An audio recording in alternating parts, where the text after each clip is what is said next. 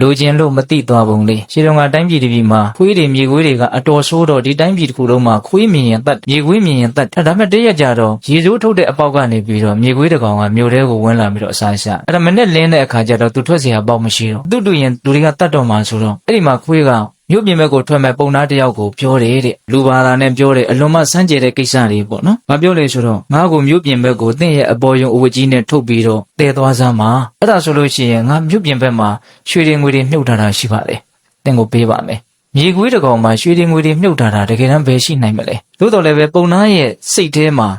ရွှေတွေငွေတွေကိုရလိမ့်မယ်ဆိုတဲ့ဒီလောဘဇောကတ်သွားတဲ့အခါမှာဖြစ်နိုင်တယ်မဖြစ်နိုင်ဘူးအကြောင်းဟုတ်တယ်အကြောင်းမဟုတ်ဘူးဆိုတာကိုသိနိုင်မြင်နိုင်တဲ့ဉာဏ်ဟာကန်းသွားတယ်အဲ့တော့ဘာဖြစ်တုံဆိုတော့အဲ့ဒီမြေခွေးကိုအပေါ်ယုံအဝတ်နဲ့ထုတ်ပြီးတော့ထမ်းသွားတယ်ထမ်းသွားပြီးတော့မြို့ပြင်ပဲရောက်တဲ့အခါကျတော့မြေခွေးကမြို့ပြင်ပဲရောက်ပြီလားအေးရောက်ပြီဆိုရင်ချအဲ့ဒါနဲ့သူ့ကိုချတော့ဘယ်မှာတော့ရွှေတွေငွေတွေကငါပေးမယ်ဟိုဘက်ကိုလှည့်နေငါရွှေတွေငွေတွေဒီနားတဲ့ငါတင့်ရဲ့အဝတ်ယုံတွေကိုရောက်လာအောင်ငါလက်နဲ့ရက်ပြီးတော့တူးပြီးတော့ပေးမယ်ဒါပေမဲ့တင်ကြည့်လို့တော့မဖြစ်ဘူးအဲ့ဒါနဲ့ပုံသားရဲ့အပေါ်ယုံအဝတ်ကိုဖြန့်ခင်ခိုင်းတယ်ခင်ခိုင်းပြီးတော့ဘာလုပ်လဲဆိုတော့မြေခွေးကပုံသားကလည်းရွှေတွေငွေတွေရကျင်တာဆိုတော့ဟိုဘက်ကိုလှည့်နေတာအဲ့ဒီချိန်ထိသူကယုံတော့မဲဟုတ်လားမျက်စိမှိတ်တာဆိုတော့မျက်စိတောင်မှိတ်ထားလိုက်သေးတယ်သူကဟုတ်လားအဲ့ဒီမှာမြေခွေးကအဲ့ဒီအဝတ်ပေါ်ကိုကျင်ကြီးကျင်ငယ်ဆွန့်ပြီးတော့တောထဲကိုထွက်သွားအဲ့ဒါလေးကိုစတော်ကြီးကထုတ်ပြတယ်လူချင်းမှုအားကြီးလာရင်လေဉာဏ်ပညာမျက်စိကန်းသွားတတ်တဲ့သဘောဟုတ်လားမသိမှုတွေသာဖြစ်လာတဲ့သဘောပညာဉာဏ်တွေကိုချုပ်ပြောက်သွားစေနိုင်တဲ့စွမ်းတတ္တိရှိတယ်ဆိုတဲ့သဘောလေးကိုဒါစတော်ကြီးကရှင်းပြဒီကနေ့ခေတ်ဦးဇင်းတို့အလိညာခံရတဲ့သတင်းတွေကြည့်လိုက်ရင်လည်းပဲများသောအားဖြင့်တော့ဒီလောဘကြောင့်ပဲအလိညာခံရပင်ကိုယ်ကသိပ်ပြီးတော့သိဉာဏ်နေတဲ့လူတွေတော့မဟုတ်ပါဘူးဒါပေမဲ့ဒီရကျင်တရားလေးနဲ့မြှားလိုက်ပြီဆိုရင်တော့သိတဲ့သိတိုင်းမြင်လိုက်တာကိုမမြင်တော့ဘူးမသိတော့ဟုတ်ရဲ့လားဒါကြောင့်ပိဿပေါင်းတော်ကောင်းတို့ဒီကာမဝိတက်ကာမဂုဏ်နဲ့ပတ်သက်တဲ့အတွေးကြံတွေဖြစ်လာပြီနော်လိုချင်မှုရချင်မှုအားကြီးလာပြီဆိုလို့ရှိရင်နော်အန္တကရဏဉာဏ်မျက်စိကန်းသွားလိမ့်မယ်ဦးဇင်းတို့အကျဉ်းချက်မပြောဘူးနော်အစက္ခုကရဏဉာဏ်ပညာမျက်စိကိုတော့မဖြစ်စေနိုင်ဘူးအညာဏကရဏမသိမှုကိုသာဖြစ်စေနိုင်တယ်ပညာနိရောဓိကအသိဉာဏ်ကိုချုပ်ပြောက်သွားစေလိမ့်မယ်ဒါကအသိနဲ့ပတ်သက်ပြီးတော့အပိုင်း၄ပိုင်းပရိယေစကားလေးတွေနဲ့မြတ်စွာဘုရားဟောတာနော်ပြီးတော့ဝိဂါတပခိကာတဲ့ဒါကလည်းစဉ်းစားရအလွန်ကောင်းတယ်ဒီကာမဝိတက်ကိုသာအခြေခံလာပြီဆိုရင်တော့ဝိဂါတပခိကာပင်ပန်းလိမ့်မယ်ဆင်းရဲလိမ့်မယ်တဲ့နော်ဒီကာမဝိတက်တွေကိုမထိန်နိုင်လို့မသိနိုင်လို့နော်ပြစ္ဆခဘဝတင်ပဲရာဇဝမှုတွေအမျိုးမျိုးလွန်ကျူးကြတာတွေဟုတ်လားထောင်နေတန်းတွေအချုပ်ထဲသွားရတာတွေအရှက်တကွဲအကျိုးနဲ့ဖြစ်ရတာတွေမထင်ရှားဘူးလားထင်ရှားတယ်ဒီကာမဝိတက်ကိုအကြောင်းပြုပြီးတော့မိမိသူတစ်ပါးနှစ်ဦးသားသောဘဝတွေပူလောင်သွားကြတာတွေပြစ္ဆုတ်ပန်တန်တရားနှစ်ဖြာဆင်းရဲကိုရသွားကြတာတွေစဉ်းစားကြည့်မယ်ဆိုရင်ကာမဝိတက်ဒီတတ္တဝါတွေကိုပင်ပန်းခြင်းဆင်းရဲခြင်းကိုသာဖြစ်စေတယ်ဆိုတာမထင်ရှားဘူးလားထင်ရှားတယ်ဒါကိုမြတ်စွာဘုရားကဒီနေရာမှာဦးဇင်းတို့အကျဉ်းမြင်ရင်မြင်နိုင်တဲ့လောက်ဒေသနာကိုချက်ထွင်ပြီးတော့စဉ်းစားတတ်ဖို့တော့လိုတာပေါ့နောက်ဒီကာမဝိတက်ကိုပဲအခြေခံပြီးတော့မဟုတ်တာတွေလုပ်ရင်းမမှန်တာတွေပြောရင်းမကောင်းတာတွေတွေးရင်းဖြင့်ဆင်းရဲလှပါတယ်ဆိုတဲ့ငရဲတိရစ္ဆာန်ပြိတ္တာအတုတကယ်ဘဝတွေကိုရောက်သွားကြတဲ့တတ္တဝါတွေကိုအများကြီးမရှိဘူးလားရှိတယ်ဒါကြောင့်ဝိဂါတပခိကာကာမဝိတက်တိပင်မဆင်းရဲခြင်းအဖို့အစုရှိတယ်တဲ့နောက်တတ်တာတဲ့သဘောမဟုတ်ဘူးမတတ်တာတဲ့သဘောနော်ဒါရင်လားဆိုတော့မဟုတ်နောက်ဆုံးပြောတာလေးကပို့ကောင်းအနိဗ္ဗာန်တံဝတ္တနိကာတဲ့ကိလေသာတို့ရဲ့မငြိမ်းချမ်းခြင်းကိုသာဖြစ်စေလိမ့်မယ်ဒီကာမဝိတက်ကိုအခြေခံပြီးဆိုရင်တော့လောဘတွေပိုပြီးတော့များလာလိမ့်မယ်ဒေါသတွေပိုပြီးတော့များလာလိမ့်မယ်မောဟတွေပိုများလာလိမ့်မယ်လူချင်းစိတ်တွေပိုအားကြီးလာလိမ့်မယ်လူချင်းစိတ်တွေအားကြီးလာပြီဆိုလို့ရှိရင်အလိုဆိုတာကြီးလာတာနဲ့အမျှအလိုမကြဘူးဆိုတာတွေဟာနောက်ဆက်တွဲကြီးလာတဲ့သဘာဝရှိတာပဲလောကမှာဒေါသကြီးတယ်ဆိုတာများသောအားဖြင့်လောဘကြီးရာကနေစားကြတယ်လို့ဦးဇင်းကတော့ထင်တယ်နော်ဒေါသကြီးတယ်တဲ့အလိုမကြမှုတွေများတယ်ပေါ့အလိုမကြဘူးဆိုတဲ့စကားလေးကိုပဲစဉ်းစားကြည့်အလိုမကြဘူးနော်အလိုဆိုတာကကြီးနေမယ်ဆိုရင်တော့အလိုမကြတာတွေကတော့များမှာပဲအလိုဆိုတာကိုကနည်းနေမယ်ဆိုရင်တော့အလိုမကြတာလည်းနည်းသွားနိုင်တယ်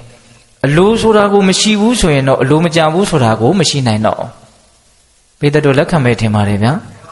ဟုတ်လောဘသိကြည့်တယ်ဟိုဟာဖြစ်ခြင်းတရားဖြစ်ခြင်းဟိုဟာရခြင်းတရားရခြင်းဆိုရင်တော့ဒီရခြင်းဖြစ်ခြင်းရဲ့အနှောင့်အယှက်တွေအတားအဆီးတွေမပြေလည်မှုတွေဆိုတာကတော့တွေ့ရမှာပဲလေများတော့တွေ့ရမှာပဲအဲ့ဒါဆိုရင်အလိုမကျမှုတွေကနောက်ဆက်တွဲလိုက်မလာဘူးလားလောဘကြီးခြင်းဒီပင်လင်ဒေါသကြီးခြင်းရဲ့အကြောင်းတရားတစ်ခုဖြစ်နေတယ်ဆိုတာလေးကိုစဉ်းစားသိခြင်း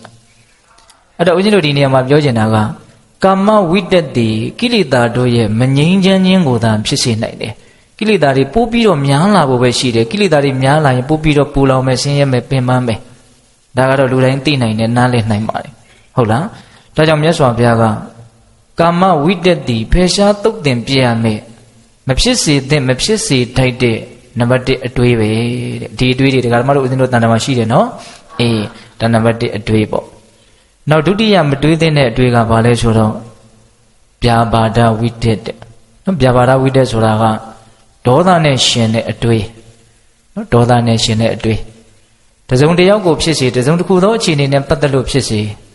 စိတ်ထဲမှာမပြေလည်မှုတွေဖြစ်ပြီးတော့မကြည်မနှက်နဲ့ပူပူလောင်လောင်ဆင်းဆင်းရဲတွေးနေတဲ့အတွေးတွေကိုဒါဗျာပါဒဝိတ္တလို့ခေါ်တာအဲ့ဒီဗျာပါဒဝိတ္တဆိုတာလည်းပဲဖြစ်လာလို့ရှိရင်သူလည်းပဲအစွမ်းတတ္တိကယခုနကပြောခဲ့တဲ့6မျိုးပဲ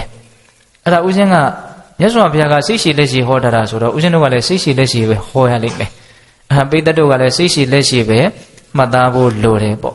ပါဠိစကားလုံးလေးတွေလည်းပဲစိတ်ထဲမှာယဉ်ဤကျွမ်းဝင်မှုပို့ပြီးတော့ရှိသွားတာပေါ့လေဟုတ်လားအခုဗျာပါဒဝိတ္တဒေါသနဲ့ရှင်တဲ့အတွေးတွေဖြစ်လာပြီဆိုလို့ရှိရင်လေအန္တကရဏဉာဏ်မျက်စိကန်းသွားလိမ့်မယ်ဟုတ်တာပေါ့ဒေါသတွေအားကြီးလာရင်တိတဲ့တိတိုင်းမြင်လိုက်တာကိုမမြင်တော့ဘူးအကျိုးရှိတာကိုလည်းအကျိုးမဲ့မယ်လို့ထင်မယ်နောက်အကျိုးမဲ့နိုင်တာကိုလည်းအကျိုးရှိနိုင်တယ်လို့ထင်သွားလိမ့်မယ်အမျိုးမျိုးဆက်ပြီးတော့မှားယွင်းစရာအကြောင်းတွေမရှိဘူးလားရှိတယ်အစကုကရဏဉာဏ်မျက်စိကိုမဖြစ်စေနိုင်ဘူးအညာဏကရဏမသိခြင်းကိုသာဖြစ်စေလိမ့်မယ်ပညာနိရောဓိကအသိဉာဏ်ပညာကိုချုပ်ပြောင်းသွားစေလိမ့်မယ်အသိနဲ့ပတ်သက်ပြီးတော့၄ချက်နော်အေးဝိဂါတပက္ခိကဆင်းရဲခြင်းပင်ပန်းခြင်းအဖို့စုတာရှိတယ်သူကပိုးတောင်ထင်ရှားတယ်ဒေါသဖြစ်လာရင်တော့ဆင်းရဲပင်ပန်းတယ်ဆိုတာလက်တွေ့ကိုသိနိုင်တာပဲဟုတ်ရဲ့လားအေးအနိဗ္ဗာန်တံဝတ္တနိကကိလေသာတို့ရဲ့မငြိမ်းချမ်းခြင်းကိုသာဖြစ်စေလိမ့်မယ်တော့ဒေါသအာကြီးပြီးတော့လုံမီလုံရလုံပြောမိပြောရပြောအဲ့ဒါဆိုလို့ရှိရင်ဆက်ပြီးတော့အကျဲကျဲမငြိမ်းပွယ်ပို၍လောဘဒေါသမောဟဖြစ်เสียအကြောင်းတရားတစ်ခုဖြစ်သွားပြန်တယ်နော်ကိလေသာဒီပင်လည်းကိလေသာရဲ့အကြောင်းတရားတစ်ခုဖြစ်သွားပြန်တယ်ပိတ္တတို့သဘောပေါက်မယ်ထင်ပါတယ်ဟုတ်လားအေးဒါကြောင့်ဗျာပါဒဝိတ္တတိလည်းပဲနံပါတ်1မတွေးတဲ့အတွေးဟုတ်ရဲ့လားနောက်နံပါတ်3မတွေးတဲ့အတွေးကဘာလဲဆိုတော့ဝိဟိန္တာဝိတ္တနော်ဝိဟိန္တာဝိတ္တဆိုတာကညှင်းဆဲမှုနဲ့ရှင်တဲ့အတွေးနော်တစုံတစ်ယောက်ကိုမကျင်တဲ့အဆင့်ကတော်တော်ကြီးလာတယ်အဲ့တော့အဲ့ဒီပုဂ္ဂိုလ်ဆင်းရဲသွားဖို့အတွက်အဲ့ဒီပုဂ္ဂိုလ်ဒုက္ခရောက်သွားဖို့အတွက်နှိမ့်ဆက်ဖို့ညှင်းဆဲဖို့အဆင့်ထိတွေးလာတဲ့အတွေးပေါ့ငါတော့ပြောပြလိုက်တော့မယ်မနေနိုင်တော့ဘူးဒါနှိမ့်ဆက်ချင်တာပဲလေဟုတ်တယ်မို့လားငါတော့ကာယကံမြောက်ဟုတ်လားပြုတ်ပြလိုက်တော့မယ်လို့အဲ့လိုမျိုးတွေးလာတဲ့အတွေးမျိုးကိုဘာခေါ်မလဲဝိဟိန္တာဝိတ္တအဲ့ဒီဝိဟိန္တာဝိတ္တဟာလည်းပဲအန္တကရဏဉာဏ်မျက်စိကိုကန်းသွားစေလိမ့်မယ်အစကုကရဏအသိဉာဏ်ပညာမျက်လုံးကိုမဖြစ်စေနိုင်ဘူးအညာဏကရဏမသိခြင်းကိုသာဖြစ်စေလိမ့်မယ်ပညာနိရောဓိကအသိဉာဏ်ပညာကိုချုပ်ပြောက်သွားစေလိမ့်မယ်ဝိဂါတပက္ခိကဆင်းရဲပင်ပန်းခြင်းအဖို့စုသာရှိတယ်အနိဗ္ဗာန်တံဝတ္တနိကကိလေသာတို့ရဲ့မငြိမ်းချမ်းခြင်းကိုသာဖြစ်စေလိမ့်မယ်ဒီနေရာမှာဦးဇင်းတို့ကာမဝိတ္တဗျာပါဒဝိတ္တဝိဟိန္ဒဝိတ္တလို့အတွေ့အကြုံ၃မျိုးဒါအစဉ်အတိုင်းမြတ်စွာဘုရားသူတို့ရဲ့စွမ်းရည်တတ္တိများနဲ့တကွဟောထားတယ်လို့ဆိုရမယ်ပေါ့နော်အဲ့ဒါကဦးဇင်းတို့နည်းနည်းလေးဦးစားပေးပြီးတော့ဆက်ပြီးတော့ပြောချင်တာကဒီအတွေ့၃မျိုးဒီနောက်ဆုံးအနိဗ္ဗာန်တံဝတ္တနိကကိလေသာတို့ရဲ့မငြိမ်းချမ်းခြင်းကိုသာဖြစ်စေလိမ့်မယ်မငြိမ်းချမ်းခြင်းဆိုတဲ့စကားလေးဟုတ်လားခုကမ္ဘာလောကကြီးမှာငြိမ်းချမ်းရေးဆိုပြီးတော့နော်အတင်းអော်နေကြတာမရှိဘူးလားနော်နိုင်ငံတိုင်းဒါပြောနေကြတာပဲအလွန်မှအရေးထားပြီးတော့ပြောနေကြတယ်ဟောဆိုအလွန်လည်းအရေးကြီးပါတယ်အလွန်လည်းပဲတန်ဖိုးရှိပါတယ်မငြိမ်းချမ်းရင်နေရတာဘယ်လိုမှမချမ်းသာနိုင်တော့ဟုတ်ရဲ့လားအေးဒီနေရာမှာငြိမ်းချမ်းတယ်ဆိုတာ ကဘာကြီးရဲ့ငြိမ်းချမ်းရေးရှိတယ်နိုင်ငံတနိုင်ငံရဲ့ငြိမ်းချမ်းရေးရှိတယ်မြို့တစ်မြို့ရဲ့ငြိမ်းချမ်းရေးရှိတယ်ရပ်ကွက်တစ်ခုရဲ့ငြိမ်းချမ်းရေးရှိတယ်အိမ်တစ်အိမ်မိသားစုတစ်စုရဲ့ငြိမ်းချမ်းရေးရှိတယ်တဦးစီတယောက်စီရဲ့ငြိမ်းချမ်းရေးလည်းရှိတယ်ဘယ်ငြိမ်းချမ်းရေးကအရေးကြီးဆုံးဖြစ်မယ်လို့ထင်လဲတဦးစီရဲ့ငြိမ်းချမ်းရေးဒီတကယ်တမ်းကအရေးကြီးဆုံးပဲနော်တဦးတယောက်စီမှာငြိမ်းချမ်းမှုမရှိဘူးဆိုရင်မိသားစုငြိမ်းချမ်းစရာအကြောင်းမရှိဘူးဟုတ်လားရက်ကွက်ငြိမ်းချမ်းစရာအကြောင်းမရှိဘူးနော်ဒါကြောင့်ငြိမ်းချမ်းရေးဆိုတာလေးနဲ့ပတ်သက်ပြီးတော့အဲ့ဒါလိုလေးလေးနက်နက်ကလေးစဉ်းစားသိခြင်းတယ်ဒီအတွေးသုံးမျိုးကိုအခြေခံထားရင်တဦးတယောက်စီမှာနော်တဦးချင်းစီမှာငြိမ်းချမ်းမှုကတော့မရှိနိုင်ဘူးနော်အရန်ကြီးမကြီးသေးလို့လားပဝန်းကျင်ကိုဒုက္ခပေးတဲ့မငြိမ်းချမ်းမှုမျိုးမဖြစ်သေးတာသူကြီးလာပြီဆိုလို့ရှိရင်အဲ့ဒါသူတွေမငြိမ်းချမ်းရုံမျှမကဘူးသူနဲ့ဆက်ဆက်ရကိုပါမငြိမ်းချမ်းမှုကိုကူးဆက်သွားလိမ့်မယ်တဲ့ပြောရရင်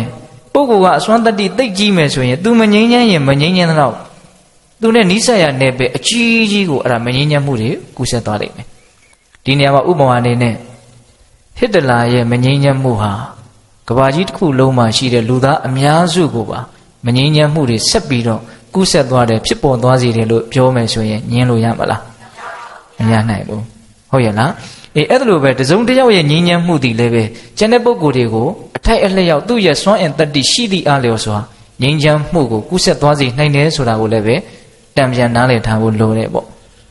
တဲ့ပြောရမယ်ဆိုရင်တော့မြတ်စွာဘုရားရဲ့ငြိမ်းချမ်းမှုတည်နောက်ကမ္ဘာလောကကြီးတစ်ခုလုံးကိုအများကြီးငြိမ်းချမ်းသွားစေတယ်ဆိုတာမထင်ရှားဘူးလားထင်ရှားတယ်မသိနိုင်မမြင်နိုင်တဲ့လောကတွေပါတောင်မှငြိမ်းချမ်းမှုကိုရသွားစေနိုင်တယ်ဒါကြောင့်ပိဋကပေါင်းတော်ကောင်းတို့ငြိမ်းချမ်းမှုကိုမဖြစ်စေနိုင်တဲ့မငြိမ်းချမ်းမှုကိုသာဖြစ်စေနိုင်တဲ့ဒီအတွေ့အသုံးမျိုးကိုငြိမ်းချမ်းရေးဆိုတာကိုလည်းရှေ့ရှုပြီးတော့ကိုယ်တန်တန်မှာမဖြစ်အောင်ကြိုးစားသင့်တယ်ဆိုတာလေးကိုဒါဦးဇင်းတို့ကနည်းနည်းလေးဒီငြိမ်းချမ်းမှုဆိုတာလေးပါလာတော့ပြောချင်စိတ်ပေါက်သွားတယ်ပေါ့ဟုတ်လားဒါကြောင့်ပိဋကပေါင်းတော်ကောင်းတို့မတွေးသင့်တဲ့အတွေ့ဘယ်နှမျိုးလဲဗျာ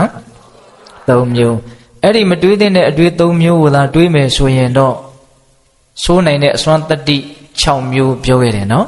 အဲ့ဒါကဦးဇင်းတို့မတွေးတဲ့အတွေ့တွေနဲ့ပတ်သက်တဲ့စွမ်းရည်တတ္တိတွေနောက်မတွေးတဲ့အတွေ့တွေရှိသလိုတွေးတဲ့အတွေ့တွေလည်းရှိတယ်တဲ့မြတ်စွာဘုရားကအဲ့ဒါကိုမြတ်စွာဘုရားကဘယ်လိုဟောလဲဆိုတော့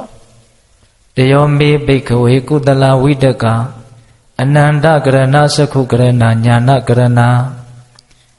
ပညာဝဋ္ဌိကအဝိကတပက္ခိကနိဗ္ဗာနသံဝတ္တနိကဘိက္ခဝေယဟန်တော်များဥချစ်သားတို့တယောသုံးမျိုးကုန်သောဣမေကုသလဝိတကဤကောင်းတဲ့အတွေ့သုံးမျိုးတို့သည်အနန္တကရဏပညာမျက်စိကိုမကန်းစေနိုင်ကိုပညာမျက်စိကိုမကန်းစေနိုင်ဘူးဟောဆန့်ကျင်မဲ့လာတာနော်အနန္တကရဏပညာမျက်စိကိုမကန်းစေနိုင်ဘူးသက္ခုကရဏဉာဏ်မျက်စိကိုသာဖြစ်စေနိုင်တယ်ညာဏကရဏသိခြင်းကိုသာလည်းဖြစ်စေနိုင်တယ်ပညာဝဋ္ဌိကအသိဉာဏ်ပညာကိုတိုးပွားသွားစေနိုင်တယ်အသိဉာဏ်နဲ့ပတ်သက်ပြီးတော့သူ့လည်း၄ချက်ပဲဟောနော်မကန်းခြင်းကိုသာဖြစ်စေမယ်ဉာဏ်မျက်လုံးကိုသာဖြစ်စေမယ်အသိဉာဏ်ကိုသာဖြစ်စေမယ်ပညာဉာဏ်ရဲ့တိုးပွားခြင်းကိုသာဖြစ်စေလိမ့်မယ်ဒါရင်လားဆိုတော့မကအဝိဃာတပက္ခိကမပင်ပန်းခြင်းမစင်ရဲခြင်းအဖို့အဆုရှိတယ်ချမ်းသာခြင်းတတ်တာခြင်းအဖို့အဆုရှိတယ်လို့ဆိုကြပါစို့ဟုတ်လားဒီအတွေ့၃မျိုးကတော့ဆန့်ကျင်ပဲနော်ပြီးတော့ဗာလေနိဗ္ဗာနသံဝတ္တနိကကိလေသာတို့ရဲ့ငြိမ်းချမ်းခြင်းကိုသာဖြစ်စေလိမ့်မယ်ဒီကောင်းမြတ်တဲ့အတွေ့၃မျိုးရဲ့စွမ်းရည်တတ္တိကိုလည်းပဲ6မျိုးအသိဉာဏ်နဲ့ပတ်သက်ပြီးတော့4မျိုးဟုတ်လားရရှိမဲ့ဆင်းရဲဒုက္ခနဲ့ပတ်သက်ပြီးတော့1မျိုးမငြိမ်းချမ်းမှုငြိမ်းချမ်းမှုဆိုတာနဲ့ပတ်သက်ပြီးတော့1မျိုး6မျိုးအလွယ်မှတ်ရပေါ့နော်အဲ့တော့ဦးဇင်းတို့ဒီလိုစွမ်းရည်တတ္တိထက်မြက်တဲ့ကောင်းတဲ့ဘက်မှာအားကိုးစရာကောင်းတဲ့ဒီအတွေ့၃မျိုးကဘာလဲဆိုတော့နံပါတ်1နိက္ခမဝိတ္တနော်နိက္ခမဝိတ္တဆိုတာကနော်ထွတ်မြောက်မှုနဲ့ရှင်တဲ့အတွေ့ပေါ့နော်ထွတ်မြောက်မှုနဲ့ရှင်တဲ့အတွေ့နိက္ခမပါရမီလို့လူတွေကတော့နိက္ခမပါရမီလို့အဲ့လိုဖတ်ကြတယ်အဲ့လိုပြောကြတယ်မင်းကုန်းစတော်ကြီးကတော့ပြင်ပေးတယ်နိက္ခမပါရမီလို့မပြောပါနဲ့တဲ့နိက္ခမပါရမီလို့ပြောပါတဲ့တဝေထိုးနာငယ်ပြီးတော့ကာကြီးခါခွေမာနှလုံးရှင်နိက္ခမဟုတ်လားနိက္ခမပါရမီလို့ပြောပါတယ်ထွတ်မြောက်ခြင်းပေါ့အဲ့တော့ဒီနေရာမှာထွတ်မြောက်တယ်ဆိုတာက တောထွက်ပြီးတော့တရားကျင့်တယ်ဆိုတဲ့အဆင့်ကိုပဲလူအများစုကစိတ်ထဲမှာမျက်စိထဲမှာမြင်ကြမယ်နဲ့တူပါရဲ့အမှန်ကနိက္ခမဆိုတာကနေပဲအလွန်ကျေဝန်းပါတယ်ကုသိုလ်နဲ့ပတ်သက်ပြီးတော့တွေးသမျှအတွေးမှန်သမျှတို့ဒီအဲ့ဒါနိက္ခမအတွေးပဲဘာဖြစ်လို့လဲဆိုတော့အကုသိုလ်ဒီဟုသောယုံညံ့မှုကနေကုသိုလ်ဒီဟုသောမြင့်မြတ်မှုစီကိုထွတ်မြောက်သွားအောင်တွေးတဲ့အတွေးဖြစ်လို့ပဲဟုတ်လားဒါကြောင့်ဒါနနဲ့ပတ်သက်ပြီးတော့တွေးမယ်ဆိုရင်ဒါနိက္ခမအတွေးပဲနော်နှမျိုးဝင်တုံမှုညင်နွမ်းမှုကနေနော်ဘေးကန်းစွန့်ကျဲနိုင်တယ်ဆိုတဲ့ဖြူရှင်မှုတွေကိုသူကူးသွားအောင်ထွက်သွားအောင်တွေးလို့ပဲဒါရှင်းရှင်းပြောတာနော်ဦးဇင်ဟုတ်လားအဲ့ဒါလိုပဲသီလနဲ့ပတ်သက်တဲ့အတွေးနော်ဗျယံပဒနေမယ်စီမရှိကမ်းမရှိနေမယ်ဆိုတဲ့ညင်နွမ်းတဲ့အဆင့်ကနေပြီးတော့နော်ကာယကံဝစီကံအပြစ်ကင်းအောင်ကြိုးစားတယ်ဆိုတာဒါနိက္ခမအတွေးပေါ့မဆိုနိုင်ဘူးလားဆိုနိုင်တယ်ဟောဘာဝနာနဲ့ပတ်သက်ပြီးတော့အတွေးဒါကပိုးပြီးတော့တောင်းနိက္ခမကြတယ်လို့ပြောရမယ်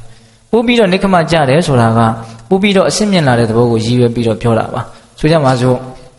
ဘာဝနာတရားပွားများမယ်အထုတ်မယ်လို့ဒီဘာဝနာနဲ့ဆက်ရှင်တဲ့အတွေးဟာနိက္ခမအတွေးဖြစ်တယ်ဆိုတဲ့အကြောင်းလေးစဉ်းစားကြည့်ပါဒီပမာဒဆိုတဲ့မေ့လျော့မှုထဲမှာနစ်မွန်းနေတဲ့မိမိတို့ရဲ့စိတ်ကလေးကိုဟောတရားဓမ္မတို့ဦးဇင်းတို့ရဲ့စိတ်ကလေးဟာများသောအားဖြင့်ပမာဒဆိုတဲ့မေ့လျော့မှုထဲမှာနစ်မွန်းနေတာအဲ့တော့ဘာဖြစ်တုံးဆိုတော့ဖြစ်တယ်လို့နေတာပါပဲပမာဒထဲမှာမေ့ပြီးတော့နေတယ်ဆိုတာပါလေနစ်မွန်းနေတယ်ဆိုတာပါလေဖြစ်တယ်လို့နေတာအာယုန်နေနဲ့တွေ့လာတဲ့အခါမှာဘာမှဂရုစိုက်မှုအာယုန်ပြုမှုဘာမှမရှိဘူးနော်အာယုန်ပြုမှုမရှိဘူးဆိုတာကတတိပဋ္ဌာန်ဒေသနာတော်နီးနဲ့အညီသိအောင်ကြိုးစားအထုတ်မှုကင်းတာကိုရည်ရွယ်ပြောတာနော်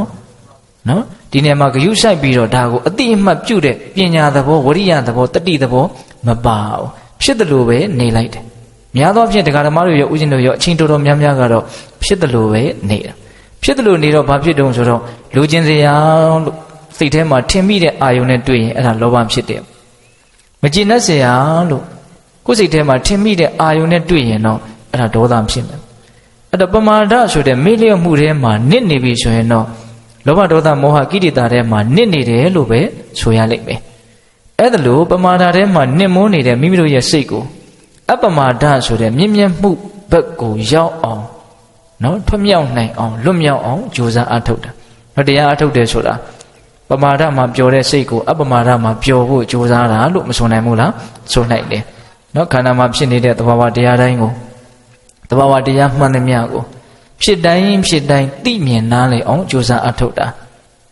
နော်ခန္ဓာမှာဖြစ်နေတဲ့သဘာဝတရားတွေအကြောင်းအားလျော်ဆိုတာဖြစ်နေတာမရှိဘူးလားဗျာရှိတယ်နော်အဲ့ဒီသဘာဝတရားတွေကိုဘာပဲဖြစ်အကျဉ်းများဖြစ်တော့ယုတ်ဓမ္မနန္ဓမ္မဆိုပြီးတော့သဘာဝတရားနှမျိုးဖြစ်မယ်ပေါ့နော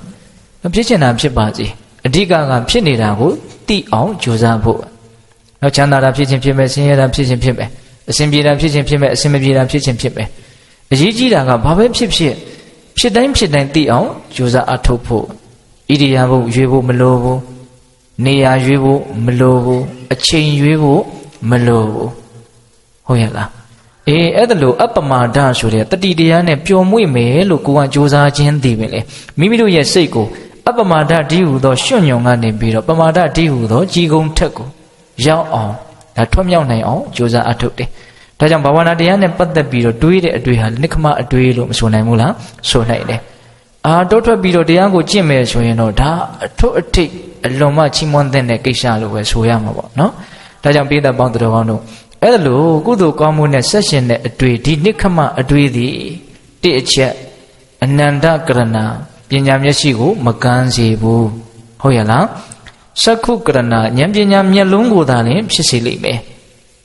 ညာနာကရဏအတိရုဉာဏ်တို့ကိုသာဖြစ်စေလိမ့်မယ်ပညာဥဒိကအတိဉာဏ်ပညာကိုတိုးပွားစေလိမ့်မယ်ပို့ပြီးတော့သိတဲ့သိဖို့မြင်တဲ့မြင်ဖို့ပဲဖြစ်လာလိမ့်မယ်ပေါ့ဟုတ်ရဲ့လားဒါအတိဉာဏ်နဲ့ပတ်သက်ပြီးတော့ဘယ်နှချက်လဲ၄ချက်ပြီးတော့ဘာလို့ဆိုတော့အဝိကာတံပခိကနော်ဒီနိခမအတွေ့ဆိုတာမပင်ပန်းခြင်းမစင်ရဲခြင်းအဖို့ရှုရှိတယ်တနည်းအားဖြင့်သက်သာခြင်းချမ်းသာခြင်းအဖို့ရှုရှိတယ်နော်ကုသိုလ်နဲ့နေရတာတကယ်တမ်းကတော့အသက်သာဆုံးပါပဲတရားဓမ္မတို့ဦးဇင်းတို့ကိုယ်အတွေ့အကြုံလေးတွေကိုကိုယ်တိုင်မှန်ကန်နားလည်အောင်တတိထားတဲ့နယ်လို့ဦးဇင်းတို့ထင်တယ်နော်အကုသိုလ်လည်းဖြစ်ဖူးတယ်ကုသိုလ်လည်းဖြစ်ဖူးတယ်ဒါဦးဇင်းတို့လည်းဒီတိုင်းပဲတရားဓမ္မတွေလည်းဒီတိုင်းပါပဲအကုသိုလ်ဖြစ်တဲ့အချိန်မှာကိုယ်စိတ်ဘလို့နေလဲကိုယ်ဘလို့ခံစားရလဲကုသိုလ်ဖြစ်တဲ့အချိန်မှာကိုယ်စိတ်ဘလို့နေလဲကိုယ်ဘလို့ခံစားရတယ်လေတတ်တာလားမတတ်တာဘူးလားပင်ပန်းလားမပင်ပန်းဘူးလားဆင်းရဲလားချမ်းသာလား သိနိုင်ဘူးလားသိနိုင်တယ်ခုဒီနေရာမှာမြတ်စွာဘုရားကဒီနိခမအတွေးသည်အဝိကာတပခိကမပင်မမစင်ရဲခြင်းတတ်တာခြင်းချမ်းသာခြင်းအဖို့ရှုရှိတယ်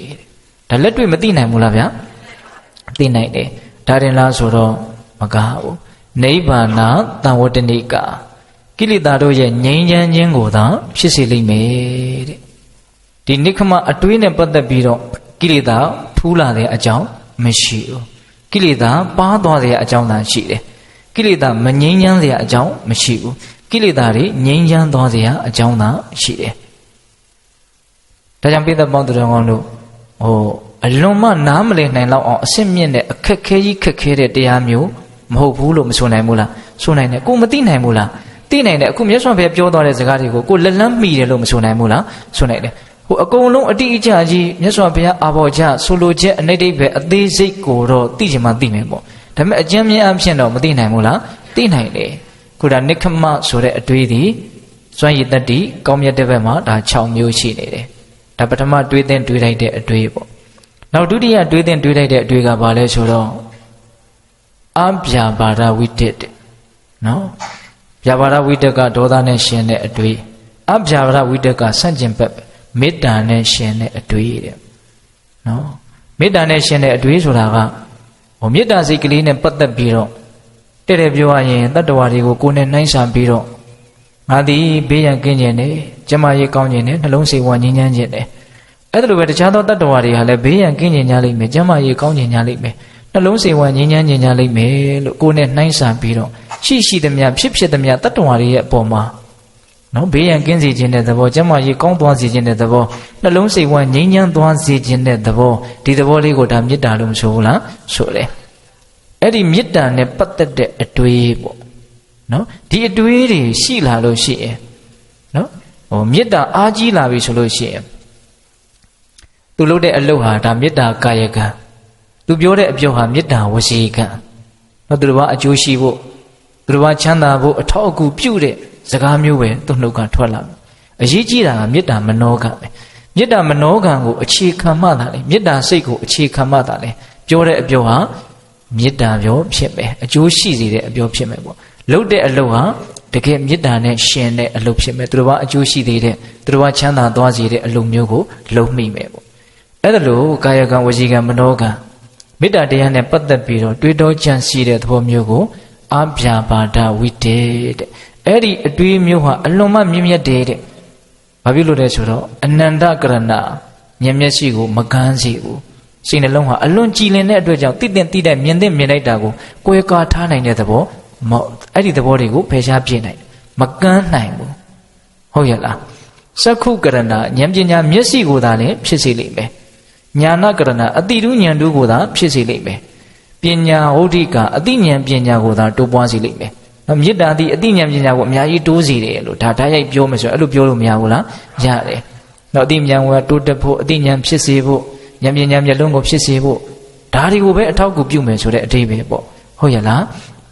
ပြီးတော့ပါတော့အဝိကာတပခိကမပင်မခြင်းမစင်ရခြင်းအဖို့ရှုရှိတယ်တဲ့မေတ္တာတရားနဲ့နေရတာအလွန်သက်သာတယ်လို့ဆိုတယ်ဟိုတုန်းကမေတ္တာတရားအရာမှာအောင်မြင်ပေါက်ရောက်တယ်လို့အများကလက်ခံယုံကြည်ထားကြတဲ့တောင်တန်းစတော်ဘုရားကြီးအရှင်ဥဒ္ဓမသာရဆိုတာကြားဦးတယ်မဟုတ်လားနော်အဲ့ဒါစတော်ကြီးကမေတ္တာနဲ့ပတ်သက်ပြီးတော့အလွန်ပြောတယ်သူ့ရဲ့ဘဝနေနီးဆိုတဲ့စာအုပ်ကလေးနော်ဆရာကြီးဦးထေးလိုင်စီစဉ်တဲ့စာအုပ်ကလေးရှိတယ်အလွန်ကောင်းတယ်နော်တရား၅ပုဒ်လို့ဦးသိန်းထင်ပါတယ်အပုဒ်တိုင်းပုဒ်တိုင်းကောင်းတယ်ဟုတ်လားဒါကြောင့်ပိဿပေါင်းတော်တို့ရှားဖွေးပြီးတော့ဖတ်ကြည့်တဲ့ပေါ့ဒါစက်မိလို့ပြောတာပါအဲ့တော့ဦးဇင်းတို့မေတ္တာတရားနဲ့ပတ်သက်ပြီးတော့အလွန်မှသက်သာတယ်အလွန်မှချမ်းသာတယ်ဆိုတာကဒီမေတ္တာတရားကိုဆွဆွနစ်နစ်အလေးအကျက်များတဲ့ပုံကိုယ်တွေမှသာလဲဒါသိနိုင်တယ်လို့ဆိုရမယ်ပေါ့နော်အဲ့ဒါမျိုးကိုမှအတွေ့အကြုံရှိအောင်ကိုယ်လည်းပဲစူးစမ်းအထောက်မယ်ဆိုရင်ရနိုင်တဲ့အနေအထားမျိုးကိုမရှိဘူးလားရှိတယ်ဒီမှာတော့မြတ်စွာဘုရားကကိုရောမြတ်ရဲ့အတွေ့အကြုံကိုပဲအခြေခံပြီးတော့ဒါဟောတာလို့ဆိုရမှာပါနော်အဗျာပါဒဝိတ္တမေတ္တာနဲ့ရှင်တဲ့အတွေ့အထိအဝိကာတပခိကမပင်ပန်းခြင်းမစင်ရခြင်းအဖို့ရှုရှိတယ်အလွန်မှတတ်တာတယ်အလွန်မှချမ်းသာတယ်ဒါပြောတာပါပဲနော်ဒါရင်လားဆိုတော့မဟုတ်ဘူးနိဗ္ဗာန်တံဝတ္တနိကကိလေသာတို့ရဲ့ငြိမ်းချမ်းခြင်းကိုသာဖြစ်စေလိမ့်မယ်ကိလေသာကိုအားပေးတဲ့သဘောတရားမျိုးမဟုတ်ဘူး နောက်ကိလေသာကိုနည်းသွားစေမဲ့ပါသွားစေမဲ့ငြိမ်သွားစေမဲ့ငြိမ်သွားစေမဲ့ဒီလိုတရားမျိုးသာဖြစ်တယ်လို့ဓမ္မဆွတ်ဖျားဟောဒါဒုတိယမြောက်တွေးတဲ့တွေးလိုက်တဲ့အတွေးပေါ့နောက်တတိယမြောက်တွေးတဲ့တွေးလိုက်တဲ့အတွေးကဘာလို့ဆိုတော့အဝိဟိန္တာဝိတက်တယ်ဟုတ်လားအဝိဟိန္တာဝိတက်ဆိုတာကဝိဟိန္တာဝိတက်ကညှင်းတဲ့မှုနဲ့ရှင်တဲ့အတွေ့အဝိဟိန္တာဝိတက်ကဆန့်ကျင်ဘက်ပဲတနာကျင်နာခြင်းနဲ့ဆက်ရှင်တဲ့အတွေ့ကရုဏာနဲ့ရှင်တဲ့အတွေ့ဒီနေမှာကရုဏာဆိုတာကမေတ္တာတရားနဲ့အလွန်မှနီးစပ်မှုလည်းရှိတယ်ဆက်သွယ်မှုလည်းရှိတယ်လို့ဆိုရမယ်သို့တော်တူတော့မတူဘူးမေတ္တာကတတ္တဝါတွေရဲ့ကောင်းကျိုးချမ်းသာကိုလိုလားတာကရုဏာကတတ္တဝါတွေတွေ့ကြုံနေရတဲ့ဒုက္ခကလွတ်မြောက်စေခြင်းတာမတူဘူးနော်ကရုဏာကဒုက္ခကလွတ်မြောက်စေခြင်းတာအဲ့တော့ဒီနေရာမှာကရုဏာဆိုတာနဲ့ပတ်သက်ပြီးတော့တရားဓမ္မတို့ဦးဇင်းတို့တာမန်ပုထုဇဉ်တွေကတော့များသောအားဖြင့်အလွန်မှတနာစပွဲကောင်းတဲ့နော်ဇာတရားမရှိဝိဆရာမရှိယောဂဗျာနှိမ့်ဆက်ဒုက္ခိတတတ္တဝါတွေကိုတွေ့ရင်တော့တော်တော်တနာစရာကောင်းတာပဲလို့စိတ်ထဲမှာထိုက်တဲ့သူတော်ကောင်းတက်ခံပါလာတဲ့လူတိုင်း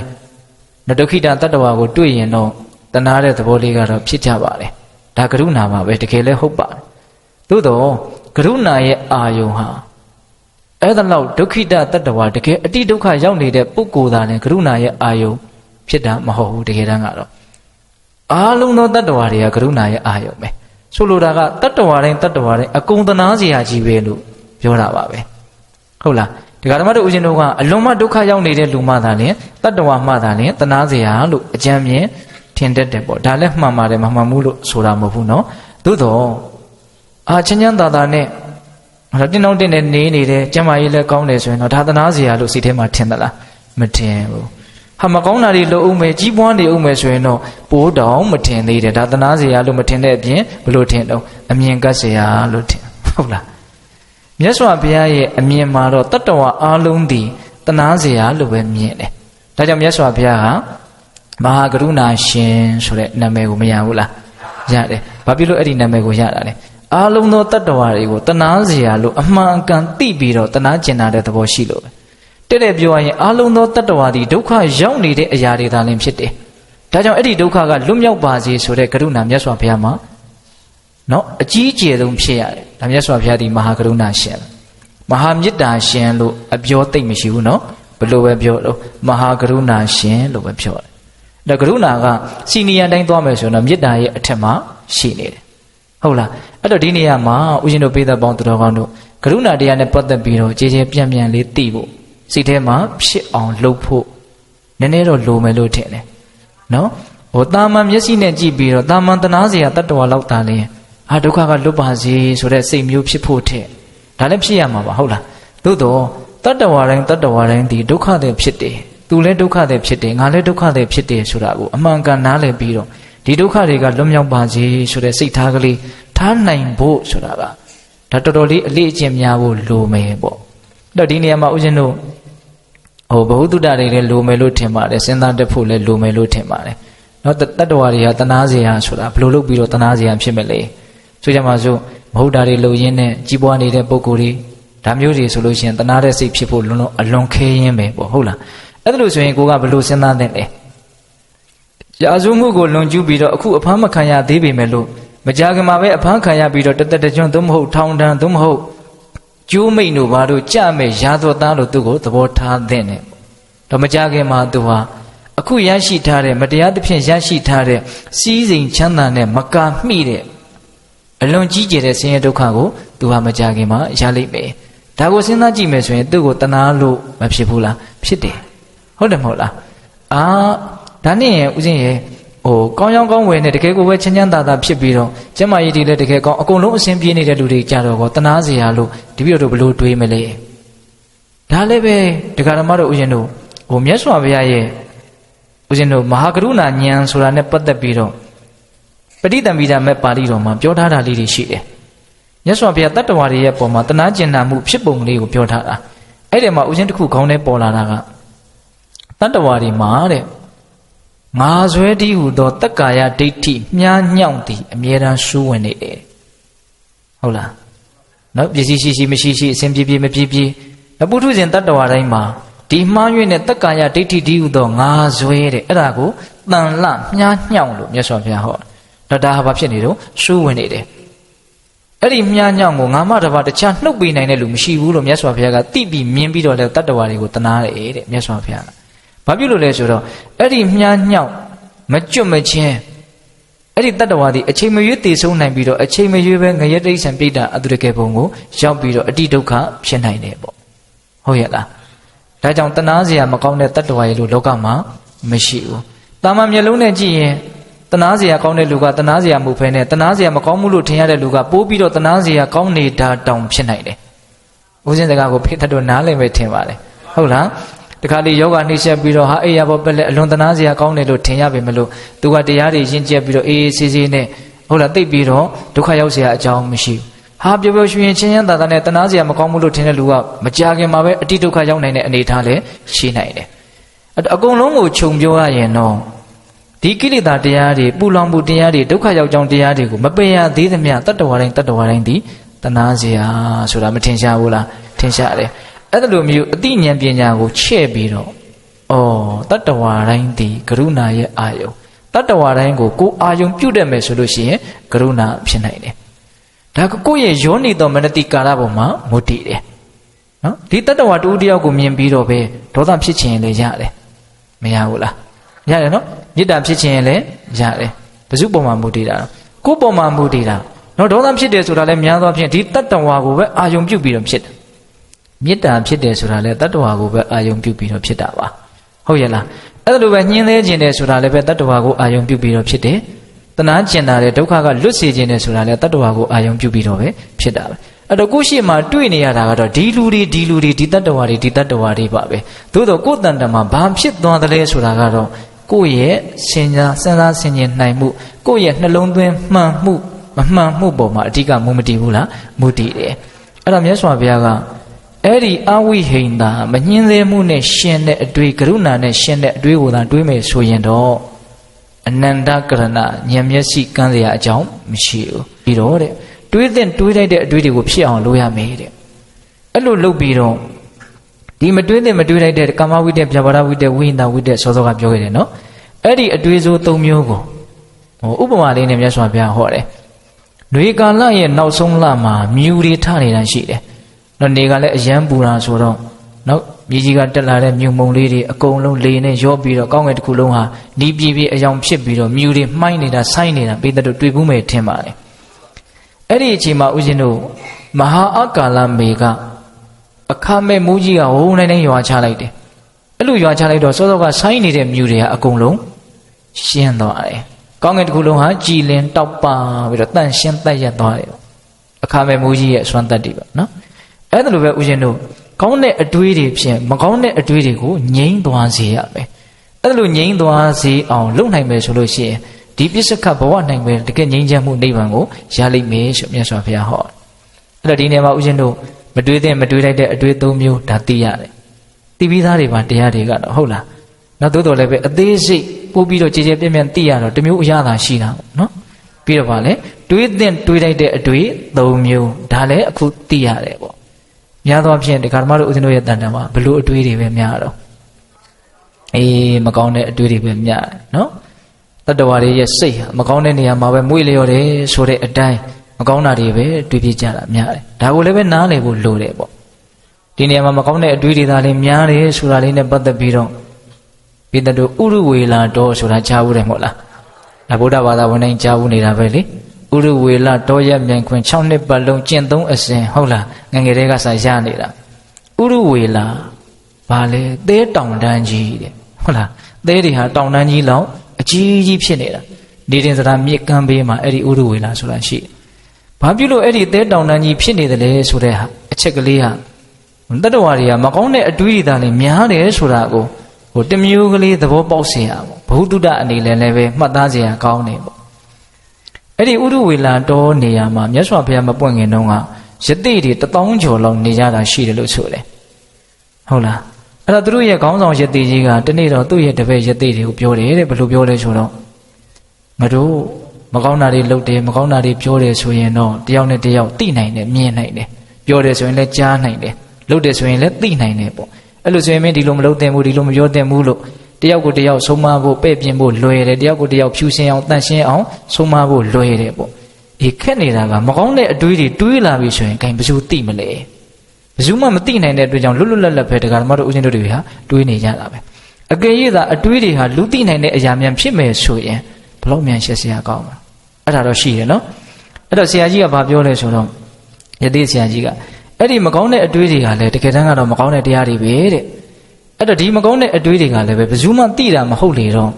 အဲ့တော့ဒီမကောင်းတဲ့အတွေးတွေကိုပျောက်သွားဖို့အတွက်ကိုယ်တိုင်ပဲသိနိုင်တဲ့အတွက်ကြောင့်ရိုးသားမှုကိုရှေ့တန်းတင်ပြီးတော့ဒီမကောင်းတဲ့အတွေးတွေဖြစ်လာတိုင်းဒီနေတင်စရာမြစ်ထဲကနေပြီးတော့တဲတဆုပ်တော့ကမ်းပေါ်ကိုပုံရမယ်ဒဏ်ထမ်းတဲ့အနေနဲ့မကောင်းတဲ့အတွေးတစ်ခါဖြစ်လာရင်တဲတဆုပ်ကမ်းပေါ်ကိုတင်ရင်းနဲ့အဲ့လိုနီးနဲ့အဲ့ဒါဥရဝေလာဆိုတော့တဲတောင်တန်းကြီးဖြစ်သွားတယ်တဲ့မကောင်းတဲ့အတွေးတွေကဘယ်လောက်များလဲဆိုတာဒါသူတို့ကရိုးလေရိုးသားလို့ပေါ့နော်တခါကြီးထမိုက်များဟုတ်ရဲ့လားဒါကြောင့်မကောင်းတဲ့အတွေးကောင်းတဲ့အတွေးနှစ်မျိုးမှာမကောင်းတဲ့အတွေးဖြစ်လာတယ်ပုထုဇဉ်လူသားတွေဟာငွေလျော်ကြတယ်ပေါ့အဲ့ဒီမှာဦးဇင်းတို့အခုမကောင်းတဲ့အတွေးရဲ့တတ္တဝါတွေရဲ့ပုံမှာနှိမ့်ဆက်နိုင်စွမ်းအကျိုးမဲ့စီနိုင်စွမ်းကိုဒါသိခွင့်ရတဲ့အခါမှာဒီမကောင်းတဲ့အတွေးတွေကိုတို့ဖြောင်းမကောင်းမယ်မကောင်းတဲ့အတွေးတွေကိုတို့ရက်ချင်ပါတယ်ဒါလူတိုင်းဒီစိတ်ကူးလေးတွေရှိမယ်လို့ထင်ပါတယ်အဲ့လိုဆိုရင်အဲ့ဒီမကောင်းတဲ့အတွေးတွေကိုရက်ဆိုင်နိုင်ဖို့မကောင်းတဲ့အတွေးတွေကိုတားဆီးနိုင်ဖို့ကြိုးစားဖို့မလိုဘူးလားလိုတယ်အဲ့ဒါလိုကြိုးစားမယ်ဆိုရင်လည်းပဲနီလန်းကိုတည်ခြင်းနဲ့မတည်ခြင်းဟာလည်းအလွန်မှကွာခြားတယ်လို့ဆိုရမယ်နော်မကောင်းတဲ့တွေးတွေဖြစ်လာရင်ဘလို့ရက်ဆိုင်မယ်ဘလို့တားဆီးမလဲနီလန်းကိုတည်ထားမယ်ဆိုရင်လွယ်ကူတဲ့သဘောမရှိဘူးလားရှိတာပေါ့နော်တရားဓမ္မနဲ့ဆိုင်တဲ့ကိစ္စမှာမဆိုထားနဲ့တာမန်ကိစ္စတွေမှာတော့မှနီလန်းကိုတည်တာနဲ့မတည်တာဟာလွယ်ကူခြင်းခက်ခဲခြင်းအများကြီးမကွာခြားဘူးလားကွာခြားတယ်အဲ့တော့ဦးဇင်းတို့ဒီနေ့မှာဗာဆက်ပြောခြင်းတော့ဆိုတော့တရားရဲ့ဏိဂုံးပိုင်းမှာဝိတကတန်ဌာနသုတ်တံတဲ့ဥပရိပန္နတပါဠိတော်မှာရှိတယ်အဲ့ဒါကဘာပြောထားတုံးဆိုတော့ယခုနကပြောခဲ့တဲ့အတွေးစိုးတွေဖြစ်လာရင်ဘယ်လိုရက်ဆိုင်ပြစ်မလဲဘယ်လိုတားမြစ်မလဲဒါကိုမြတ်စွာဘုရားနှီးပေးထားတယ်အဲ့ဒါကိုပေးသက်ပေါင်းတို့ဆက်ပြီးတော့မှတ်သားကြည့်မယ်နော်ယဟန်တို့တဲ့တရားဘာဝနာတို့ကိုကြိုးစားအထောက်နေတဲ့ပုဂ္ဂိုလ်မှာတခါတည်းရမှာယာကဒေါသမောဟနဲ့ဆက်ရှင်တဲ့အတွေ့အကြုံဖြစ်ပေါ်လာတယ်ဒါဥစဉ်ကဒီသုတ်တန်လေးကိုအနှစ်ချုပ်ပြီးတော့ပြောမှာပါဟုတ်လားအဲ့လိုယာကဒေါသမောဟနဲ့ဆက်ရှင်တဲ့အတွေ့အကြုံဖြစ်လာပြီဆိုလို့ရှိရင်တဲ့နီလန်း9ရက်ဖြင့်ဖယ်ရှားနိုင်အောင်ကြိုးစားရမယ်တဲ့အဲ့ဒီနီလန်း9ရက်ကဘာတွေတုံးဆိုတော့နံပါတ်1အနိမိတ်တပပအာယုံပြောင်းတဲ့နီးနဲ့ဒီယာကဒေါသမောဟနဲ့ဆက်ရှင်တဲ့အတွေးတွေကိုရက်ဆိုင်နိုင်အောင်ကြိုးစားရမယ်ဖယ်ရှားနိုင်အောင်ကြိုးစားရမယ်အာယုံပြောင်းတဲ့နီးတဲ့ဟုတ်လားဆိုကြပါစို့ဒါကိုအာယုံပြုတ်ပြီးတော့လောဘဖြစ်တယ်ဆိုရင်ဒါကိုအာယုံမပြုတ်နဲ့ပေါ့ဒါကိုအာယုံပြုတ်ပြီးတော့ဒေါသဖြစ်တယ်ဆိုရင်ဒါကိုအာယုံမပြုတ်နဲ့ပေါ့ဒါနဲ့စိတ်ဆိုတာကလည်းအာယုံမရှိရင်ဖြစ်တဲ့သဘောတောင်မရှိဟုတ်လားစိတ်ဆိုတာအာယုံနဲ့ကင်းပြီးတော့နေလို့ရတာမဟုတ်အဲ့ဒါဆိုရင်ဘာကိုအာယုံပြုတ်မလဲဆိုတော့အဲ့ဒီယာကဒေါသမောဟမဖြစ်စေနိုင်တဲ့ကောင်းမြတ်တဲ့အာယုံပေါ်မှာစိတ်ကိုနေရာချပေးနိုင်ရမယ်ဒါလူငယ်တွေနားလည်အောင်ပြောကြည့်နော်အာယုံကိုပြောင်းတာဆိုကြပါစို့ကျန်ကနေထဲမှာအာယုံပြောင်းတဲ့နည်းလေးတွေကိုဘယ်လိုပြောလဲဆိုတော့လောဘဖြစ်လာတယ်လောဘဖြစ်တယ်ဆိုတာကလည်းပဲသက်ရှိတတ္တဝါတွေနဲ့ပတ်သက်ပြီးတော့ဖြစ်တဲ့လောဘရှိတယ်သက်မဲ့အရာတွေနဲ့ပတ်သက်ပြီးတော့ဖြစ်တဲ့လောဘလည်းရှိတယ်အဲ့ဒါသက်ရှိနဲ့ပတ်သက်ပြီးတော့ဖြစ်လာတဲ့ယာကလောဘကိုအတုပဘာဝနာတနည်းအားဖြင့်မတင့်တယ်ခြင်းအာယုံကိုပြောင်းယူပြီးတော့အဲ့ဒီလောဘကိုရက်စဲနိုင်အောင်ကြိုးစားရမယ်ဟုတ်လားတတ္တဝါတွေနဲ့ပတ်သက်ပြီးတော့ဒကာဓမ္မတို့ဦးဇင်းရဲ့တဏ္ဍာမှာတုပနမိတ်ဆိုတဲ့တင့်တယ်ခြင်းအကြောင်းကိုကဆွဲပြီးတော့ယာကလောဘဆိုတာဖြစ်ကြအဲ့ဒီနေရာမှာကအတုပနမိတ်နော်မတင့်တယ်တဲ့သဘောရွှန်ရှာဆက်စုပ်ဖွယ်သဘောကိုစိတ်ထဲမှာပေါ်လွင်အောင်ထင်ရှားအောင်အာယုံပြုတ်နိုင်မယ်ဆိုရင်ဒီယာကဟန်ဖြစ်နိုင်မလားမဖြစ်နိုင်ဘူးယာကဖြစ်ခြင်းသည်အဲ့ဒီတုပနမိတ်ကိုအာယုံပြုလို့ပဲအဲ့ဒါမြတ်စွာဘုရားဦးဇင်းတို့အင်္ဂုတ္တပါဠိတော်မှာအတုပနမိတ်ကိုအာယုံပြုမယ်ဆိုရင်ယာကဖြစ်เสียအကြောင်းကိုမရှိဘူးတဲ့အတုပနမိတ်ကိုအာယုံပြုပါလက်ကနေယာကဖြစ်နေသေးတယ်လို့ပြောရင်အဲ့ဒါတရားတော်ကိုဆွဆွဲရရောက်တယ်ဒါတကယ်ဒီအတုပနမိတ်ကိုအာယုံမပြုလို့သာလဲသူ့မှာယာကဖြစ်ရဒါသက်ရှိနဲ့ပတ်သက်ပြီးတော့ဒါသက်ရှိနဲ့ပတ်သက်ပြီးတော့လောဘကိုဖြေပြောင်းနေပေါ့သက်မဲ့နဲ့ပတ်သက်ပြီးတော့ဖြစ်လာတဲ့လောဘကိုကြတော့ဘယ်လိုဖြေပြောင်းရမလဲဆိုတော့ဦးဇင်းတို့အနိစ္စဘာဝနာမမြဲဘူးမခိုင်မာဘူးဆိုတဲ့အမြင် နော်အနိစ္စအာယုံလို့ပြောကြပါစို့မမြဲခြင်းသဘောတရားကိုမြင်အောင်ကြည့်ပြီးတော့ဒါကြကလောဘကိုဖြောက်ရမယ်နောက်ဒီနေရာမှာဥရှင်တို့ဒေါသဆိုတာကလည်းပဲတစ်ခါတည်းမှာသက်ရှိနဲ့ပတ်သက်ပြီးတော့ဖြစ်တာရှိတယ်သက်မဲ့နဲ့ပတ်သက်ပြီးတော့ဖြစ်တာရှိတယ်သက်ရှိနဲ့ပတ်သက်ပြီးတော့ဖြစ်တဲ့ဒေါသကိုမေတ္တာတရားနဲ့ဖယ်ရှားနိုင်ရမေတ္တာအာယုံပေါ့နောက်သက်မဲ့နဲ့ပတ်သက်ပြီးတော့ဖြစ်လာတဲ့ဒေါသကိုဓာတ်သဘောအနေနဲ့စဉ်းစားနိုင်ရမယ်ဆင်ခြင်နိုင်ရမယ်သူနီးနီးနဲ့သူအလုံးမတော့စိတ်ဝင်စားစရာကောင်းတယ်လို့ဥစဉ်ထင်တယ်ဟုတ်လားဒီသက်မဲ့နဲ့ပတ်သက်ပြီးတော့ဖြစ်လာတဲ့ဒေါသကိုဓာတုမနတိကာရနော်ဒါဓာတ်သဘာဝတွေပါလို့စဉ်းစားဆင်ခြင်ရမယ်နော်ဒီနေရာမှာဥစဉ်တို့လောဘဒေါသမောဟမဖြစ်ဖို့အတွက်မြင့်မြတ်တဲ့အာယုံကိုပြောင်းမယ်ဆိုရင်အကောင်းဆုံးကတော့တတိပဋ္ဌာန်အာယုံဟာအကောင်းဆုံးဖြစ်မယ်လို့ဥစဉ်ကတော့ထင်တယ်ဟုတ်လားတတိပဋ္ဌာန်အာယုံနော်ယုတ်ကာယတွေဖြစ်တိုင်းသိရင်ဒါကာယ ानु ပါဒနာတတိပဋ္ဌာန်ခံစားချက်ဝေဒနာတွေကောင်းကောင်းဆိုးဆိုးဘာတွေပဲဖြစ်တိုင်းသိမယ်ဆိုရင်ဝေဒနာ ानु ပါဒနာတတိပဋ္ဌာန်စိတ်တွေဖြစ်တိုင်းသိမယ်ဆိုရင်စိတ်ဓာ ानु ပါဒနာတတိပဋ္ဌာန်ဓမ္မသဘာဝတွေဖြစ်တိုင်းသိမယ်ဆိုရင်ဓမ္မ ानु ပါဒနာတတိပဋ္ဌာန်အဲ့ဒီတတိပဋ္ဌာန်တရား၄ပါးနော်တတိရဲ့လောဘဒေါသမောဟမဖြစ်ဖို့အတွက်ပြုရမယ့်အာယုံပေါ့နော်ယုတ်ကာယတွေဖြစ်တိုင်းဒါကိုသိရတယ်ခံစားချက်ဝေဒနာတွေဖြစ်တိုင်းသိရတယ်အဲ့ဒါလိုတတိပဋ္ဌာန်အာယုံနဲ့နေမယ်ဆိုရင်တော့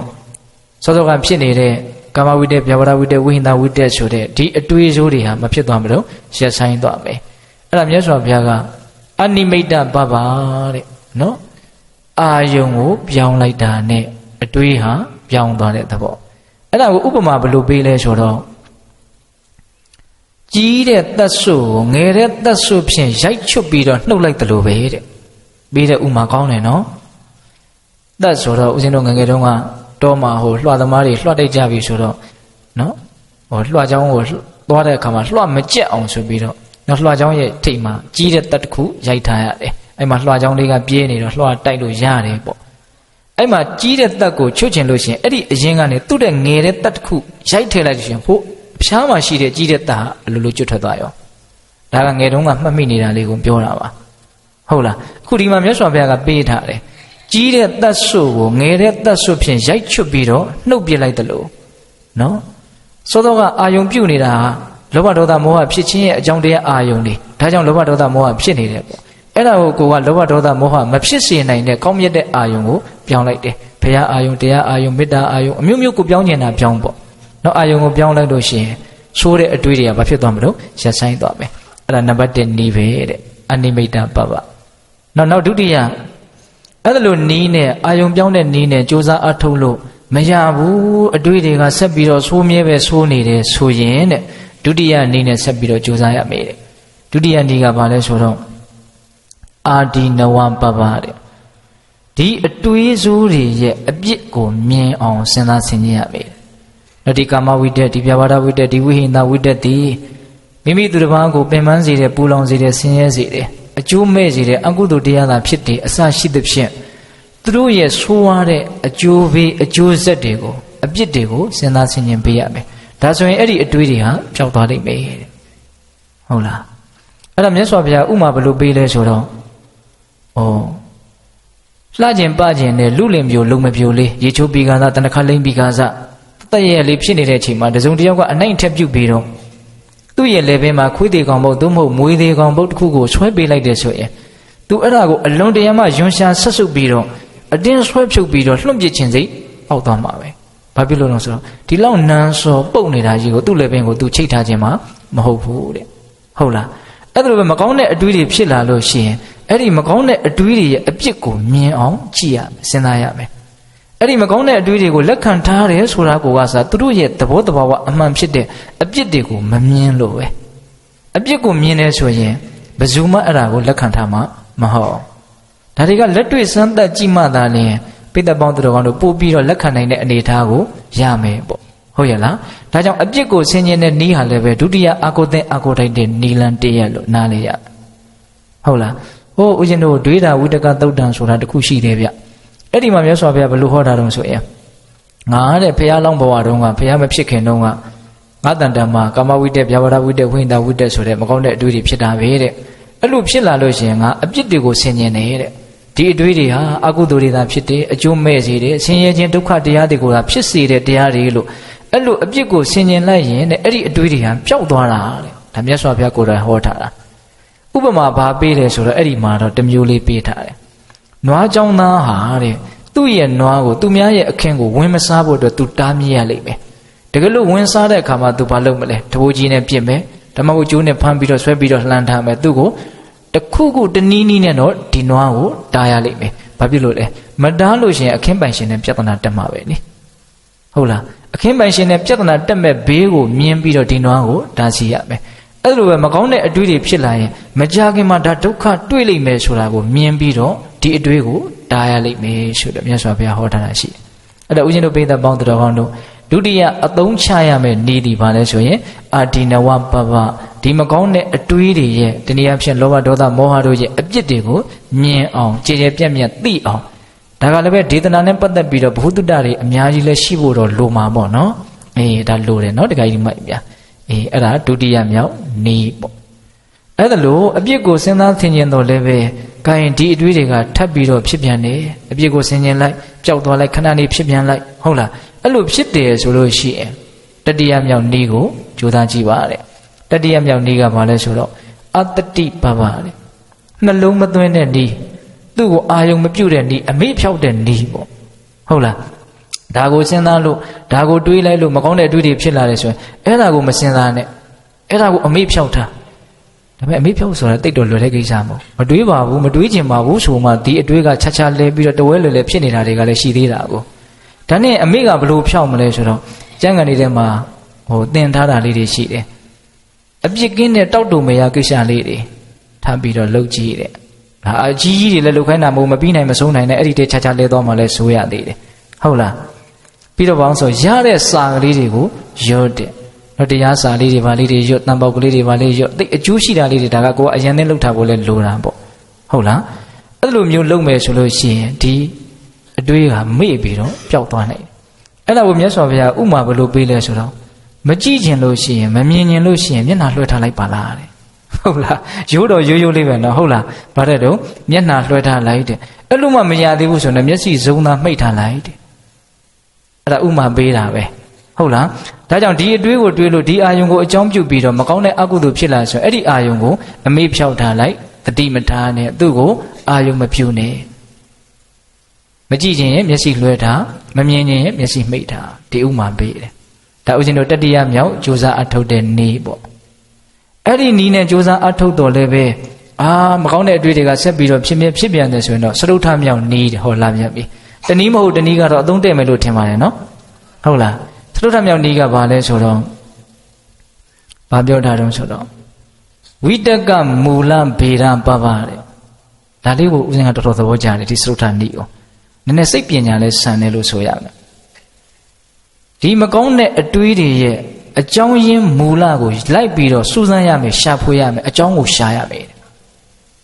ဆိုကြပါစို့မကောင်းတဲ့အတွေးတွေဖြစ်လာတယ်ဥမာဆိုကြပါစို့ဒေါသဖြစ်လာတယ်ဒီဒေါသဘာလို့ဖြစ်တာတော့ဒေါသဖြစ်ခြင်းရဲ့အကြောင်းကိုရှာဘယ်သူကငါ့ကိုဘလို့ပြောလို့ဘာလို့အဲ့ဒါကပြောတာတော့ငါကပြောခံတဲ့လို့ကိုပြောခံရတာကိုအကြောင်းကနည်းနည်းတွေ့လာတယ်အဲ့မှာဒေါသကနည်းနည်းတော့ပြေသွားမယ်အကြောင်းရဲ့အကြောင်းကိုလိုက်ရှာရင်ဒေါသဖြစ်เสียဘာမှသိမ့်မရှိတာကိုတွေ့ရတယ်ဘာမှမဟုတ်တဲ့အသေးအမွှားလေးကိုတွေ့ရတယ်အဲ့ဒီအသေးအမွှားလေးကတဖြည်းဖြည်းနဲ့ဇာချက်ပြီးတော့အကြီးကြီးဖြစ်လာစိတ်တူတဲ့ကိစ္စကိုတစ်ခါလေးစဉ်းစားကြည့်အလွန်လဲရေစရာကောင်းတယ်ဒီဘာလို့စိတ်တူတာတော့အဲ့ဒါကြောင့်စိတ်တူတယ်အဲ့ဒါဖြစ်တော့ဘာဖြစ်မှာတော့ဆိုအကြောင်းတွေလိုက်ရှာလိုက်ရင်နော်အခုဖြစ်နေတဲ့အတွေးစိုးတွေဟာပြောင်းသွားတယ်ဒါအလွန်စိတ်ဝင်စားစရာကောင်းတဲ့ကိစ္စနော်တကယ်ကြီးမှန်ဗျာအဲ့ဒါမြတ်စွာဘုရားဥမာဘယ်လိုပေးတုံးဆိုတော့ပြေးနေတဲ့လူတယောက်ဟာငါဘာလို့ပြေးမှာလဲပြေးရင်မောတာပေါ့တော့ငါဖြည်းဖြည်းသွားမယ်ဟုတ်လားဖြည်းဖြည်းသွားနေရင်ကိုပဲရက်နေတာလောက်ကတော့မသက်သာဘူးငါရက်နေမယ်ရက်နေတာလဲထိုင်းနေတာလောက်ကတော့မသက်သာဘူးငါထိုင်းကြည့်မယ်ထိုင်းနေရင်လဲထိန်းရတဲ့သဘောတော့ရှိသေးတယ်ငါတုံးလုံးလှဲပြီးတော့တက်တောင့်တက်တာကိုနေလိုက်မယ်မရဘူးလားရတယ်ဒါကိုဒါရတဲ့နီးလေးနဲ့ဒါကြိုးစားအထုတ်တာဟုတ်လား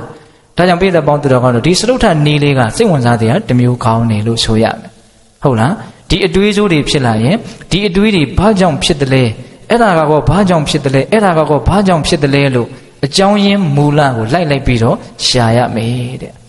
အဲ့ဒါဦးဇင်းတို့စာထဲမှာတော့ဒီသုတ်တန်ရဲ့အဖွင့်မှာ ပြောထားတာလေးကဦးဇင်းတို့ဇတ်တော်လေးတစ်ပုဒ်ကိုသူကဥမာပေးထားတယ်ငယ်ငယ်ကမူလာတန်းကျောင်းမှာသင်ခဲ့ရဘူးတဲ့တချို့လည်းမှတ်မိမယ်ထင်ပါရဲ့နော်မြေပြိုပြီးဆိုပြီးတော့ပြေးကြတာလေနော်ယုံမစပြီးတော့ပြေးကြတာအဲ့ဒီမှာသမင်းတွေတရေတွေနောက်ဆင်းတွေကြားတွေအကုန်ပြေးကြတော့ဘုရားလောင်းကဟာဒီတိုင်းဆိုတော့ဒီကောင်တွေအကုန်သေတော့မှာပဲဆိုပြီးတော့ချင်းသေးမင်းကချင်းသေးတို့ရဲ့အတန်နဲ့ဟိန်းဟောက်လိုက်တော့အကုန်ရက်သွားတယ်ဘာလို့ပြေးကြတာတော့မြေပြိုလို့ပြေးတာမင်းမစုကပြောတော့အကျမတယောက်ကြည့်တယ်ဆင်ကြီးကိုမေးတော့ဟာကြားတွေကပြောတယ်ဟာမင်းတို့ကြားတွေဘယ်သူကပြောတော့ဝတ်တွေကပြောတယ်နဲ့လိုက်တာနောက်ဆုံးယုံဒီကိုရောက်လာတယ်မင်းမစုကပြောတော့ကျွန်တော်ကိုယ်တိုင်ကြားခဲ့တာဟာမင်းဘယ်မှာကြားတာတော့မင်းဘယ်နာနေတာတော့သူကအုတ်ရှိပင်အောင်အိတ်နေတာလေအိတ်ခါနီးမှာသူကစဉ်းစားတယ်ဒီချိန်မြမြေပြိုရင်ဘယ်လိုလုပ်မလဲအဲ့လိုစဉ်းစားနေတော့ရှိသေးတယ်အပေါ်ကထမ်းမဲ့မော်ကထမ်းတိမဲကဟိုးငနိုင်ကျွေးကြအုတ်ရှိပင်မော်ကအုတ်ရှိတိမဲကထမ်းရွက်6ပေါ်ကိုကျွေးကြအဲ့ဒီမှာဒိုင်းငနဲ့ဆိုတော့သူတွေးတဲ့အချိန်မှာအတန်ကြီးလဲကြားရောနောက်ကိုလှည့်မကြည့်တော့ပြေးတော့တာပဲဟုတ်လားအဲ့ဒါနဲ့ဘုရားလောင်းကအဲ့ဒီယုံကိုဘယ်နာကြတုံးလို့လိုက်ရှာလိုက်တော့ထမ်းရွက်6နဲ့အုတ်ရှိတိမဲပဲတွေ့တယ်မူရင်းအကြောင်းကိုရှာလိုက်တော့ဘာမှမဟုတ်ဘူးဆိုတာလေးကိုသူကဥမာပေးတာပါဒါကြောင့်ပိဿပေါင်းတော်ကောင်းတို့ပြင်းထန်တဲ့ຢာကဒေါသမောဟဖြစ်လာပြီဆိုရင်သူတို့ကိုပျောက်ချင်တယ်ဆိုရင်သရုပ်ထအကြောင်းတရားကဗါတယ်အကြောင်းရှာတဲ့နည်းတဲ့ဟုတ်ရဲ့လားအဲ့ဒါကသရုပ်ထမြောက်ကြိုးစားအထောက်ရမယ်နည်းပေါ့အဲ့ဒီနည်းနဲ့ကြိုးစားလို့မှမပျောက်သေးဘူးနော်ຢာကဒေါသမောဟတွေဖြစ်နေသေးပဲ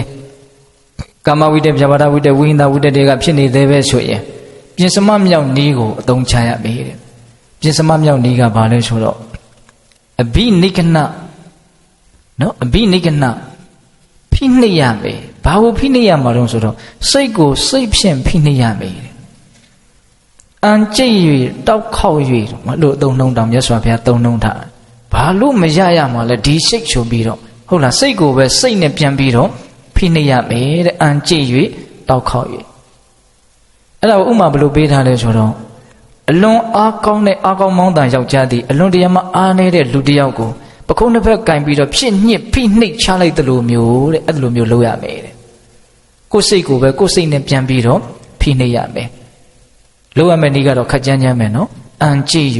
တောက်ခေါက်၍မကောင်းတဲ့စိတ်တွေကိုအဲ့ဒါလောက်ပျောက်ချင်နေတယ်ဆိုရင်တော့မပျောက်ဖဲနေမှာတော့မဟုတ်ဘူးတနည်းနည်းနဲ့တော့သူပျောက်သွားမှာပဲဟုတ်ရဲ့လားဒါကြောင့်ပိဿပေါင်းတော်ကောင်းတို့နီလန်ဘယ်နှရက်ပေးထားလဲဗျာ9ရက်အဲ့ဒါဦးဇင်းတို့ဝိတကတဏ္ဍာနာသုတ်တံဆိုပြီးတော့ဥပရိပန္နတပါဠိတော်မှာအကျဉ်းတဝက်လေ့လာကြည့်ရင်ရနိုင်တယ်နော်ဒါကြောင့်ပိဿပေါင်းတော်ကောင်းတို့မကောင်းတဲ့အတွေးတွေဖြစ်လာပြီဆိုရင်ဒီအတွေးတွေကိုပျောက်သွားစေဖို့အတွက်ရက်ဆိုင်သွားစေဖို့အတွက်ကြိုးစားအထောက်ရမယ်နီလန်9ရက်